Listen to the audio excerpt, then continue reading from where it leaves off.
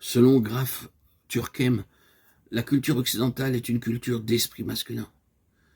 Du développement unilatéral des qualités viriles résulte la méconnaissance, sinon la répression des potentialités féminines. Parce que la vision de la réalité dans laquelle nous vivons est déterminée en priorité par ce qui est accessible à la définition rationnelle et à la maîtrise technique, l'âme est nécessairement brimée. Un critère d'appréciation basé sur l'efficacité et ses résultats mesurables refoule le monde de la sensibilité, de l'harmonie intérieure et des sentiments.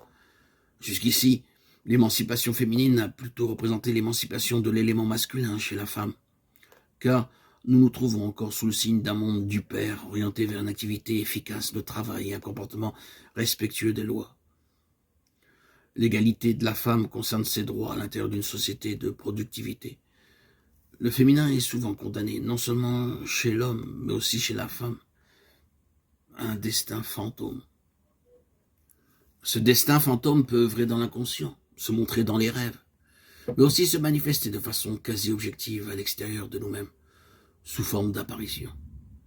Ces apparitions seraient, selon Jung, la projection de ce que notre inconscient personnel ou collectif a plus ou moins profondément refoulé. Des individus simples, sans mécanisme de défense solidement élaboré et sans esprit critique, seraient mieux capables de voir à l'extérieur ce que les incrédules acceptent dans leurs plus beaux rêves ou leurs plus beaux horribles cauchemars. Est-ce le refoulement collectif du féminin qui provoquerait aujourd'hui un peu partout dans le monde et particulièrement dans les pays de l'Est l'apparition de la femme auréolée de lumière et dont les messages à la fois tendres et vigoureux invitent à une radicale transformation de l'homme et de la société? Je parle de toutes ces apparitions à Medjugorje en Yougoslavie, à Serinia en Ukraine, à Saint-Émeric en Hongrie, en Roumanie, en Pologne, à Lublin, à Okita au Japon, et encore d'autres manifestations. Dans un autre langage que celui d'un certain nombre de scientifiques contemporains, la femme nous dit la même chose. Si nous continuons comme ça, la vie de ce monde pourrait devenir plus dure et plus difficile qu'elle ne l'a jamais été. Le monde tel que nous le voyons est en train de disparaître, non seulement parce qu'il obéit comme tout système à la loi de l'entropie, mais parce que nous collaborons activement à sa dégradation.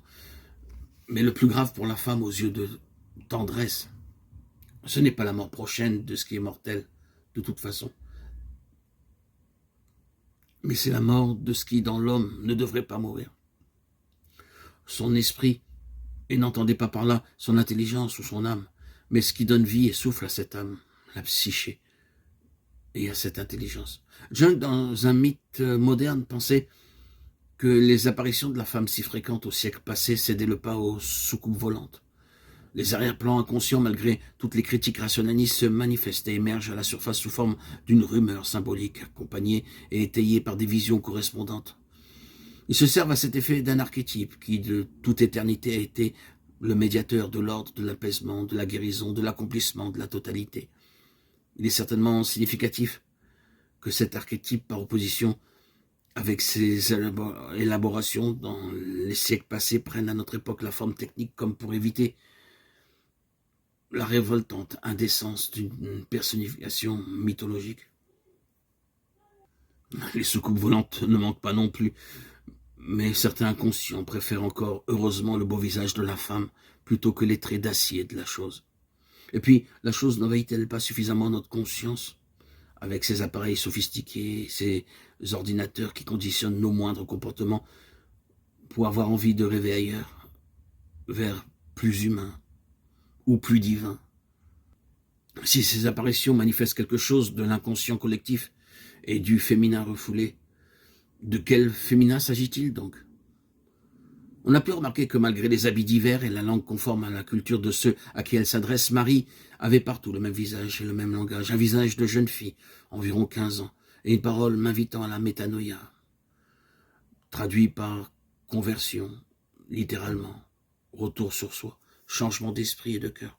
Selon les milieux, cette métanoïa peut prendre la forme du jeûne, particulièrement à Medjugorje, de la patience et de l'offrande, des circonstances pénibles de nos vies pour le salut de tous. Fatima.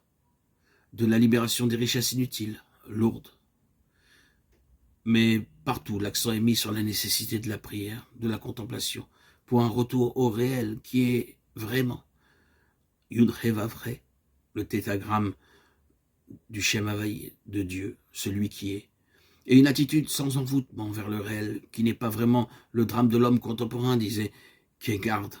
C'est de relativiser l'absolu et d'absolutiser le relatif. N'est-ce pas ce qui nous est dit ici? Que nous écoutions la femme à l'intérieur de nous-mêmes ou que nous méditions ces messages venus de la lumière bleue sur la colline. L'innocence, le don, la simplicité, la contemplation, la gratuité, en un mot, la grâce.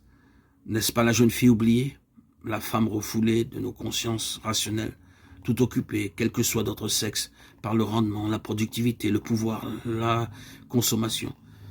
Mais si nous écoutions cette femme qui danse avec le soleil, Fatima, que se passerait-il?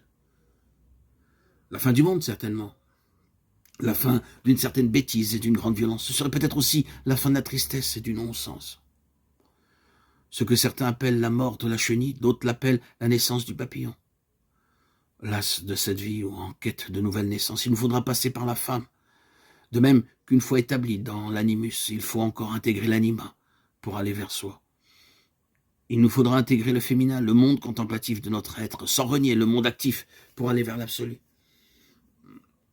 Les sages et les saints n'ont-ils pas toujours chanté Marie, porte du ciel, femme, chemin vers Dieu?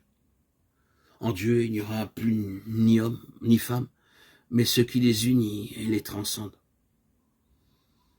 Faut-il également préciser que la femme n'est pas toujours chemin, elle peut être aussi obstacle. Il faut espérer que la sorcière reconnaisse en elle la sourcière, mais cela demande plus qu'une apparition. Une intégration.